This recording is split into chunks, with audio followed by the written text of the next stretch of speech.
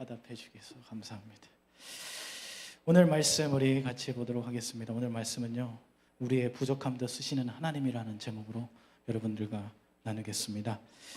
하나님은 사람을 불러 쓰실 때 외모나 능력이나 배경이나 이런 거 보지 않으시고,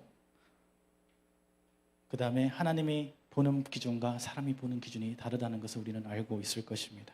세상은요, 외모나 능력, 배경을 바라봅니다. 그래서 구직자들은 면접관에게 잘 보이기 위해서 어떤 사람은 성형수술도 한다고 해요. 얼굴을 이렇게 이쁘게. 우리 김정구 교사님 이쁘게 수술하셨는데요. 네, 성형수술 이쁘게 하시는 분들도 있고, 어떤 분들은 뭐 손금을 끄어가지고 또 팔자를 고치겠다 하신 분들도 있습니다. 취업에 유리한 거라면 자격증을 취득하고 또 공부하고 또 스펙을 쌓습니다. 그러나 우리 하나님은요, 우리가 부족하고 약해도 그런 약한 자들을 부르셔서 당신의 뜻을 이루시는 것을 우리 성경을 통해서 많이 볼 수 있습니다. 우리가 부족해도요, 주님은 그 사람의 마음을 보시고 사용하십니다. 아멘. 간사님 여기 모니터 소리 좀 낮춰주세요. 너무 커요. 네. 그래서 우리는 우리의 삶 가운데 만족하고 있습니까? 여러분들 어떻습니까? 여러분들의 삶에 만족하십니까? 여러분들의 직장에 만족하십니까? 네.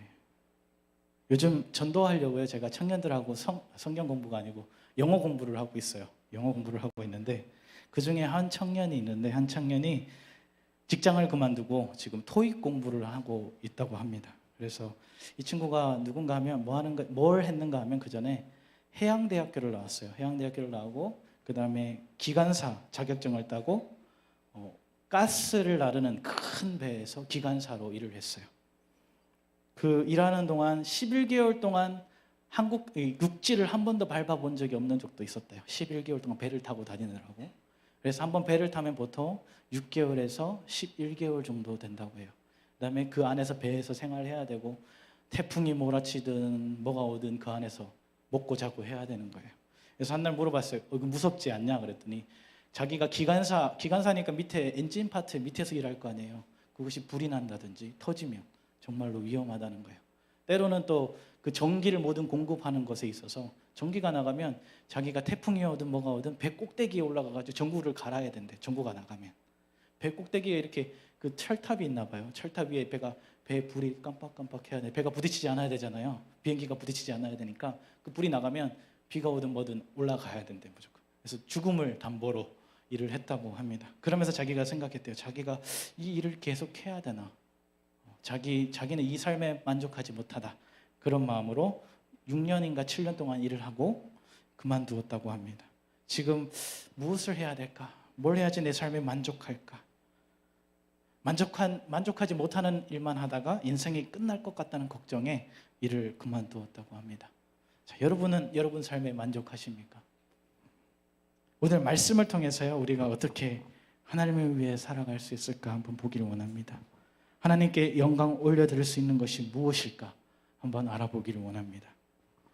우리 생각해 보면서 주님 안에서 답을 찾을 수 있는 시간 되길 간절히 원합니다.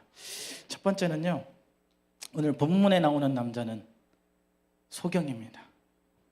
누구의 죄 때문에 소경이 되었을까? 맹인으로 태어났을까요? 자신의 죄 때문일까요? 부모의 죄 때문일까요? 오늘 본문에 보면 태어났을 때부터 앞을 보지 못한 남자가 나옵니다. 태어났을 때부터 앞을 보지 못했기 때문에 세상이 어떻게 생겼는지 알지 못했습니다. 그리고 그는 매일매일 어떠한 삶이요? 비참하고 고통의 나날을 보냈어요. 그래서 다른 사람들이 뭐라고 하는가 하면, 이 사람은 분명히 그 부모가 죄가 많아가지고 이 사람이 장애인, 앞을 보지 못한 소경으로 태어났다라고 하는 사람이 있고, 반면 어떤 사람은 이 사람이 엄마의 태중에서부터 죄를 지어가지고 태어났을 때부터 이 남자의 죄 때문에 이 소경이 되었다라고 하는 사람들도 있었어요. 이 얘기는 왜 그런가 하면 이 시대적 문화 배경을 좀 알아야 됩니다. 이 시대적 문화 배경은 유대인들이 거의 대부분이었겠죠. 그래서 유대인들은 무엇을 믿었냐? 죄와 고통은 이 둘이가 연결되어져 있는데, 이것을 통해 결과적인 결과물이 곧 우리의 삶의 비참한 일들, 뭐 장애인이 된다든지 우리가 갑자기 다친다든지 죽는다든지 이런 거와 연결되어져 있다고 믿었습니다. 왜 그렇게 믿었는가 하면 성경의 근거에서 창세기 3장에 보면 아담과 하와가 죄지었잖아요. 그 다음에 에덴 동산에 쫓겨나면서 하나님이 어떤 죄의 결과로 무엇을 했어야 돼요? 일을 해서 수고해요. 수확을 얻어야 됐고 해산의 고통을 얻게 됐고 그로 인해 죽음이라는 것을 우리가 맞이하게 되었습니다. 이것이 유대인들의 생각이었어요. 그래서 우리가 죄를 지으면 그러한 일들이 분명히 일어날 것이다. 그래서 태중에서 태어났을 때부터라도 그 사람의 뭔가 죄가 있기 때문이라고 생각했습니다. 자, 그렇기 때문에 이 사람은 태어났을 때부터 자기의 선택도 아니잖아요. 자기가 태어나면서 나는 정상인으로 태어나겠어 하고 태어난 사람이 누가 있겠어요, 그렇죠? 태어났을 때부터 자신의 선택과 상관없이 맹인으로 태어났습니다. 그리고 사람들한테 자기가 손가락질 받고 싶어서 받은 게 아니잖아요. 태어났을 때부터 사람들에게 손가락질 받고 손가락질 당하며 사람들에게 부끄러움 당하며 창피당하며 살아갔습니다. 그 삶이 얼마나 비참했을까 한번 생각해 봤으면 좋겠습니다. 자신이 언젠가는 나도 앞을 보겠다. 그런 얼마나 간절한 소망이 있었겠습니까? 그것을 안고 평생 살아갔을 것입니다. 이 모습은요, 맹인이 그 소경이 예수님을 만나기 전의 모습입니다. 예수님을 만나기 전에는 우리에게 아무런 소망이 없다는 것입니다. 저번 주에 우리 담임 목사님이 어떤 분 그 디자인하셨던 분의 말씀을 가지고 얘기했습니다. 100 플러스 0은 뭔가요? 저번 주 설교를 잘 들으신 분들은 기억할 텐데.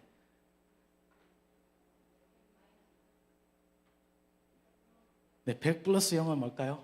0입니다. 0. 그러면 0 플러스 1은 100입니다. 왜 그랬을까요? 그 1이라는 단어가 중요합니다. 여러분들의 삶 가운데 돈과 명예, 세상의 모든 걸 다 가졌다. 100이라 할지라도 예수 그리스도가 없다면 우리 삶은 0과 같은 삶이라는 것입니다. 이것은 이 맹인과 같은 삶입니다. 삶을 살아도 예수를 모르기 때문에 그 맹인의 삶 안에 영원한 구원과 생명이 없었던 것입니다. 그런데 반대로 0 플러스 1은 100이라 했습니다. 우리가 가진 것이 아무리 없어도 오늘 본문 말씀처럼 앞을 보지 못한 사람이라도 예수님만 믿으면 우리의 삶은 어떠한 삶이요? 100이라는 삶이 완벽한 삶을 누리게 됩니다. 주님 한 분만으로 만족하다고 고백할 수 있는 삶이 되어지길 간절히 원합니다. 오늘 말씀을 통해서요, 우리 모든 성도님들의 삶 가운데 예수 그리스도로 충만히 채워지는 시간이 되길 간절히 원합니다.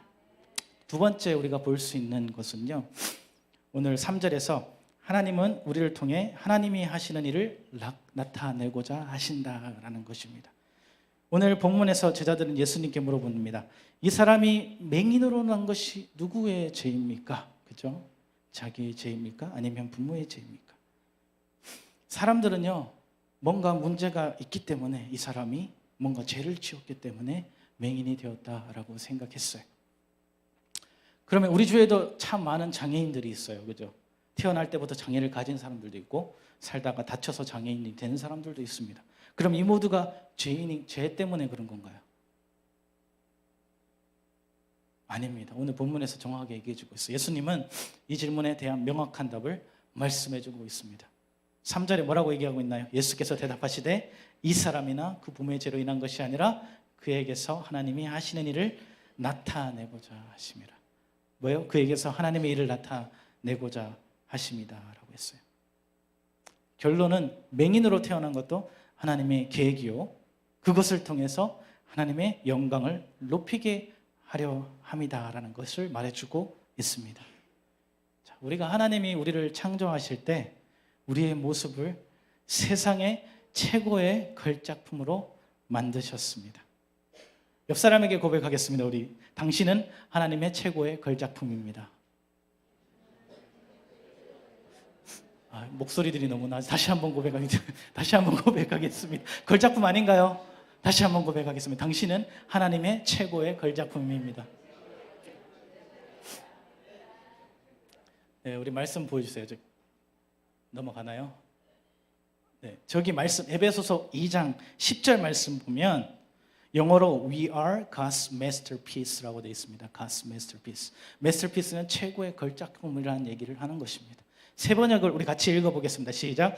우리는 하나님의 작품입니다. 선한 일을 하게 하시려고 하나님께서 그리스도 예수 안에서 우리를 만드셨습니다. 하나님께서 이렇게 미리 준비하신 것은 우리가 선한 일을 하며 살아가게 하시려는 것입니다. 네, 맞습니다. 여러분들은 이 세상에 하나님의 최고의 걸작품입니다. 뭘 하게 하시려고? 하나님의 선한 일을 하게 하기 위해서. 그래서 우리를 창조하시고 우리를 기획하시고 이 땅에 보내주셨습니다. 여러분들 닉 부이치치라는 사람을 잘 알 것입니다. 예전에 텔레비에도 많이 나왔어요. 이 사람은요, 태어날 때부터 유전질환인 해표지증으로 짧은 왼쪽 발 한 개랑 그 다음에 그거 제외하고는 팔다리가 없이 태어났어요. 왼쪽 발 짧은 다리밖에 없었어요. 그래서 성장하면서 장애로 인해서 할 수 있는 것이 거의 없었어요. 자라면서 뭘 느낄까요? 차이점을 느끼죠. 다른 애들은 뛰어노는 자기는 뛰어놀지 못해요. 다른 애들 팔다리가 있는데 나는 팔다리가 없어 라는 차이점을 보게 되고 8살에 우울증을 겪게 됩니다. 그리고 자살 시도까지 하게 됩니다. 근데 부모님은 어떻게 했을까요? 그 닉 부이치치의 어머니가 뭐라고 하는가 하면 너는 신체의 일부가 없을 뿐이지 너는 정상이다 라고 계속 얘기해 줬다고 해요. 기도해 주면서. 그 다음에 아버지는 뭐라고 얘기해 줬는가 하면 안 넘어가나요? 네. 아버지는 너는 지금 불행하다고 생각하겠지만 너는 앞으로 상상 이상의 행복 속에서 살아가게 될 것이다 라고 자신감을 불어넣어줬다고 합니다. 자, 닉의 부모님은 다른 사람들과 똑같이 자녀들을 가르쳤어요. 팔다리가 있든 없든 그 자녀가 정상인 것처럼 가르쳤다는 거예요. 그렇게 닉은 자라났어요. 그러면 자라나면서 닉의 사명이 있습니다. 넘겨주세요. 안 넘어가네요. 닉의 사명 뭐라고 되어 있나요? 희망과 용기를 전해주는 것이 나의 사명입니다. 네, 그렇게 자라나면서 신체가 없을지라도 내가 이 신체 없는 것으로 그 사람에게 희망과 용기를 줄 수 있다면 그것이 나의 사명이다 하고 생각했어요. 그리고 그것을 자기의 사명으로 가지고 살았습니다. 가장 먼저 그는 자신의 가치를 깨달았습니다. 자신이 얼마나 소중하고 귀한 존재인지를 부모님을 통해서 배웠고 또 믿음 안에서 하나님의 계획이 무엇인지 알게 되었습니다. 닉은 이렇게 얘기했습니다. 하나님께서 당신을 이 땅에 보내신 이유가 분명히 있습니다. 그냥 우리가 이 자리에 이렇게 앉아 있는 것이 아니라 분명히 하나님께서 여러분들을 이 땅에 보내신 이유가 있다는 것입니다. 팔다리가 없는 닉도 그렇게 생각을 했는데요. 여러분들 어떻게 생각하십니까? 분명한 이유가 있습니다. 왜냐하면 당신은 여러분들은 소중한 하나님의 창조물이기 때문입니다. 우리가 부족해도 연약해도 하나님은 사용하십니다. 하나님은 우리를 최고의 작품으로 창조하셨고 여러분의 모습 또 여러분의 모든 상황 그 모두까지도 하나님 계획 속에 있게 하셨습니다. 그래서 우리가 실망하고 자신의 삶을 절대로 부끄러워해서는 안 됩니다. 나는 약하다, 부족하다, 할 수 없어 이렇게 하는 것이 아니라 우리 주 하나님은 나를 사용하실 거야 라는 마음으로 우리는 믿음으로 살아가야 하는 것입니다. 우리를 통해서 하나님이 하시고자 하신 일들이 우리 삶 가운데 나타나지길 원하십니다. 그래서 우리의 삶을 통해서 하나님께 영광 올려드릴 수 있는 삶이 되어지길 간절히 원합니다. 부족하지 않습니다. 연약하지 않습니다. 단지 우리에게 믿음이 없는 것뿐입니다. 믿음으로 그것을 믿고 나아갈 때 하나님은 분명히 일하십니다. 오늘 세 번째 볼 수 있는 것은 세상의 어둠 속에서 세상의 빛이신 분을 믿고 신뢰해야 된다는 것을 4절, 5절에서 보여주고 있습니다. 우리 4절, 5절 같이 말씀 한번 읽어보겠습니다. 때가 아직 낮임에 나를 보내시는 일을 우리가 하여야 하리라. 밤이 오리니 그때는 아무도 일할 수 없느니라. 내가 세상에 있는 동안에는 세상의 빛이로라. 아멘. 낮에는 우리는 일을 하고 밤에는 잠을 잡니다. 근데 오늘 성경에서 이 말씀을 어떻게 얘기하고 있는가 하면 낮은 곧 예수님과 제자들과 함께 사역하는 시간 그뿐만 아니라 예수님이 승천하시고 다시 오실 때까지의 시간을 얘기합니다. 낮이라는 시간. 그러면 낮이라는 것은 아직 시간이 있을 때 우리가 낮이라고 하잖아요. 낮 동안에 우리가 아직 시간이 있을 때 일을 해야 한다고 하잖아요. 그때를 이 얘기합니다. 그때는 곧 주님이 일을 해야 할 시간입니다. 그러면 이 말씀은 마지막 오실 예수님의 마지막 오실 때까지 빛의 자녀로서 열심히 살아가야 된다라고 얘기해 주고 있습니다. 그리고 반대로 이 마지막 때 밤이라고 얘기하고 있습니다. 밤은 뭐라고 얘기할까요? 마지막 때를 얘기해 주고 있습니다. 마지막 때를 밤이라고 이야기하면서 심판과 멸망을 암시해 주고 있습니다. 그 심판과 멸망의 때는 우리는 아무것도 할 수 없게 됩니다. 그러나 낮에는 뭐예요? 일할 수 있게 돼요. 결론은 예수님이 오실 때까지 우리의 삶을 온전히 주님께 드리고 열심히 복음 전하며 살아가야 된다라고 얘기해 주는 것입니다. 요한복음 8장 12절 보면 예수께서 또 말씀하시되 이르시되 나는 세상의 빛이니 나를 따르는 자는 어둠에 다니지 아니하고 생명의 빛을 얻으리라 라고 얘기했습니다. 예수님을 따르는 자는 뭐예요? 세상의 빛입니다. 여러분들은 예수 그리스도를 믿는 하나님의 자녀들입니다. 그렇다면 여러분들의 삶은 세상의 빛인 것입니다. 어둠 속에 있지 아니하는 것입니다. 이 세상에 예수님이 빛으로 오셨습니다. 그러면 우리는 하나님의 자녀가 되는 것 동시에 세상의 빛이 되어 예수 그리스도의 생명의 복음을 전하는 하나님의 자녀들이 되는 것입니다. 성경은요, 세상을 어둠으로 표현하고 있습니다. 왜 그럴까요? 세상은 참된 진리이신 예수 그리스도를 모르기 때문입니다. 아까 전에 얘기했던 죄로입니다. 영이기 때문입니다.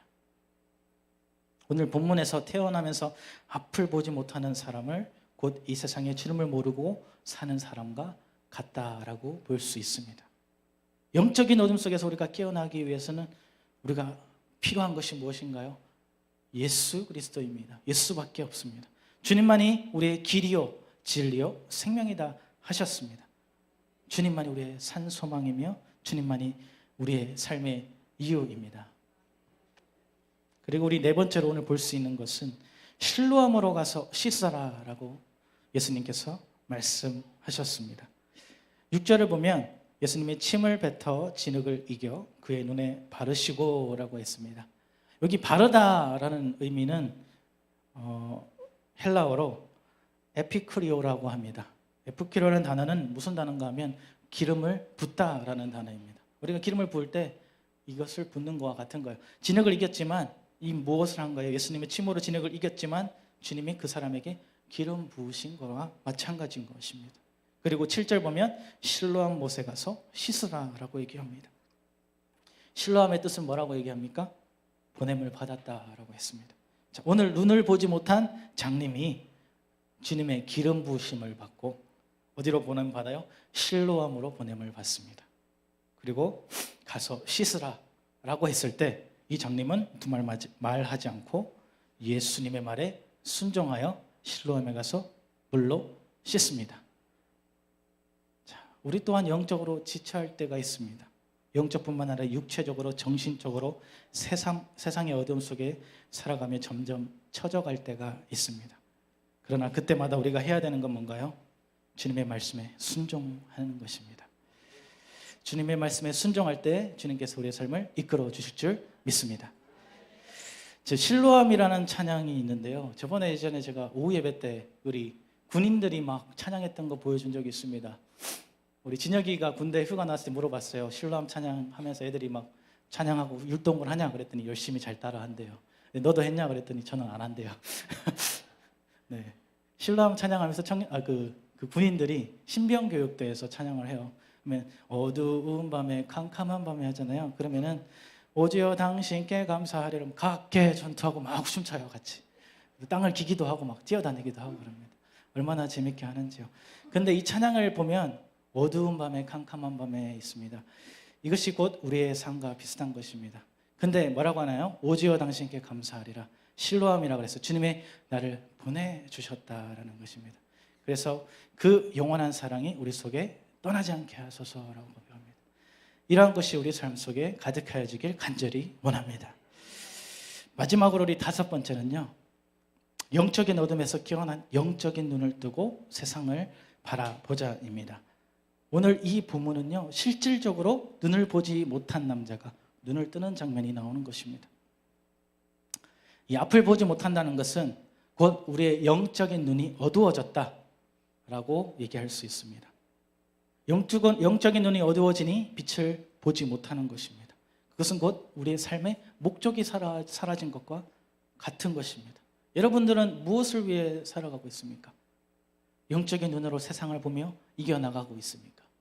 아니면 그냥 이 소경과 같이 앞을 보지 못하고 내 힘으로, 내 능력으로만 살아가고 있습니까? 우리가 영적인 눈을 뜨기 위해서는요, 주님 앞에 나와야 합니다. 세상의 것들은 우리가 주님을 바라보지 못하게 만듭니다. 그 대표적인 것이 핸드폰입니다. 지금도 핸드폰을 열심히 보고 계시는 분들이 있을 건데요, 그 핸드폰은 여러분의 삶을 하나님과 멀어지게 만듭니다. 아이들을 보면 엄마들이 뭘 해야 되잖아요. 그러니까 아이들을 볼 수가 없으니까 아이들이 핸드폰을 줍니다. 애들이 핸드폰을 열심히 보고 그 눈을 놓지 않습니다. 아, 재밌다 하고 봐요. 그 동시에 뭔가 하면 그 아이들은 핸드폰의 노예가 되고 맙니다. 그 핸드폰을 뺏어버리면 아이들이 성질을 내고요, 화를 냅니다. 왜 내가 가지고 재밌는 것을 뺏어버리냐는 것이죠. 그 외에도 우리 TV, 게임 등등도 있습니다. 자, 주위를 둘러보면 너무나 흥미롭고 재미있는 것들이 많이 있습니다. 이런 것들이요, 우리의 삶을 주관해버립니다. 우리의 삶을 좌우지 막 흔들어버리고 영적으로 해버립니다. 결국에는 우리의 삶이 이런 것들이 노예가 되면서 우리는 하나님과 멀어지게 된다는 것입니다. 오늘 본문에서는 예수님께서 진흙을 이겨서 이 장님의 눈에 바르는 것처럼 오늘 이 시간 우리 모든 성도님들이 주님의 기름 부으심을 받기 원합니다. 앞을 보지 못한 이 남자에게 오늘 실로암에 가서 씻으라 했을 때 순종하였던 것처럼 우리 모두가 오늘 이 시간 주님의 말씀에 순종하여 여러분 삶에 놀라운 돌파구들이 일어나길 간절히 원합니다. 그런 것들을 체험하기를 원합니다. 에베소서 1장 17절에서 19절 말씀 띄워주십시오. 우리 같이 한 목소리 읽겠습니다. 우리 주 예수 그리스도의 하나님 영광의 아버지께서 지혜와 계시의 영을 너에게 주사 하나님을 알게 하시고 너희 마음의 눈을 밝히사 그의 부르심의 소망이 무엇이며 성도 안에서 그 기업의 영광의 풍성함이 무엇이며 그의 힘의 위력으로 역사하심을 따라 믿는 우리에게 베푸신 능력의 지극히 크심이 어떠한 것을 너희로 알게 하시기를 구하노라. 아멘. 네, 뭐라고 얘기하고 있는데 바울이 뭐라고 얘기하냐면 바울이 에베소 교회에게 편지를 썼습니다. 그리고 거기서 얘기하는 것이 영광의 아버지께서 지혜와 계시의 영을 너에게 주어서 하나님을 알길 원한다라고 합니다. 그 마음의 눈을 밝혀주시고 그래서 뭘 볼 수 있고요, 예수님이 부르신 소망이 무엇인지 볼 수 있게, 그리고 그 기업의 영광의 풍성함이 무엇인지 알 수 있게, 그 힘의 위력이 역사하심이 무엇인지 알 수 있게 우리의 영적인 눈이 띄어지길 원한다라고 바울이 얘기해 주고 있습니다. 자, 우리를 이 세상에 보내신 이유는 바로 하나님의 영광을 나타내고자 함입니다. 아멘. 우리 자신의 삶을 생각하며 나를 통해 하실 일들이 무엇인지 주님에게 물어보며 한 걸음 한 걸음씩 나아가길 간절히 원합니다. 자, 우리가 사는 세상이 힘들고 어려울지라도 우리에게는 힘이 되어주시는 분이 있습니다. 그분이 바로 예수 그리스도이십니다. 그 세상의 빛으로 오신 예수님을 바라보고 나아갈 때 우리의 삶에 축복과 우리 삶에 기쁨이 넘칠 줄 믿습니다. 그러한 삶을 누리며 살아가는 우리 세계비전교회 성도님 되길 간절히 원합니다. 우리 피아노 좀 쳐주십시오. 우리 이 시간 우리 같이 일어나겠습니다. 같이 기도하기를 원합니다.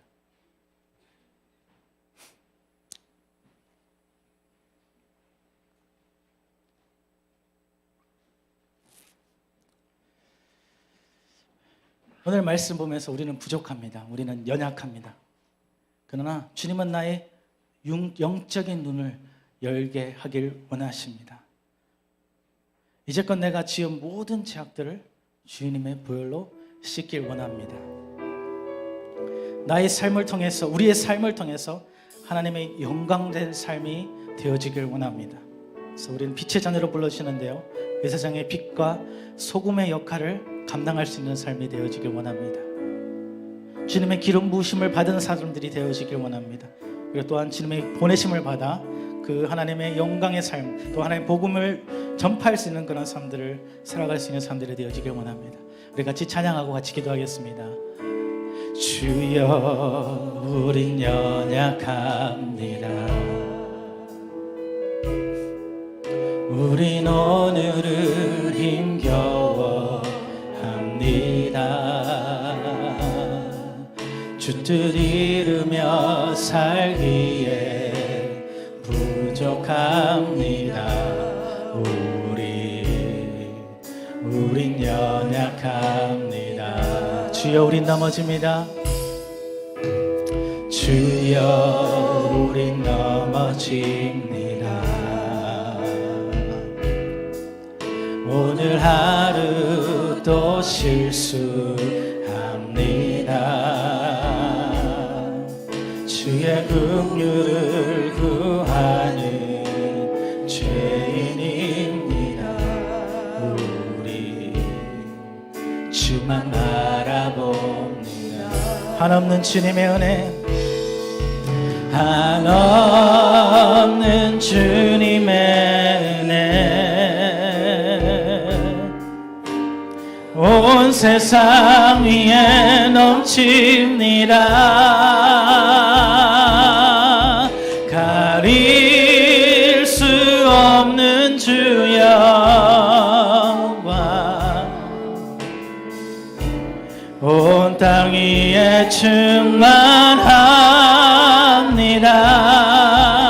주님만이 길이오니 우린 그 길 따라갑니다. 그날에 우린 이루실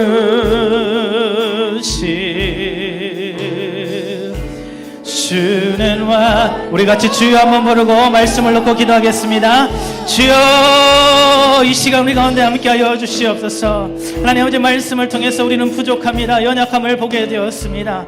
우리 영적인 눈이 열려지게 하여 주시옵소서. 이 시간 주님께서 안수하여 주시고, 주님께서 하나님 아버지 만져주셔서 우리 영적인 눈이 열려지게 하여 주시고, 이제는 그 어둠에서 빛의 자녀의 삶을 살아갈 수 있게 주님께서 인도하여 주시옵소서.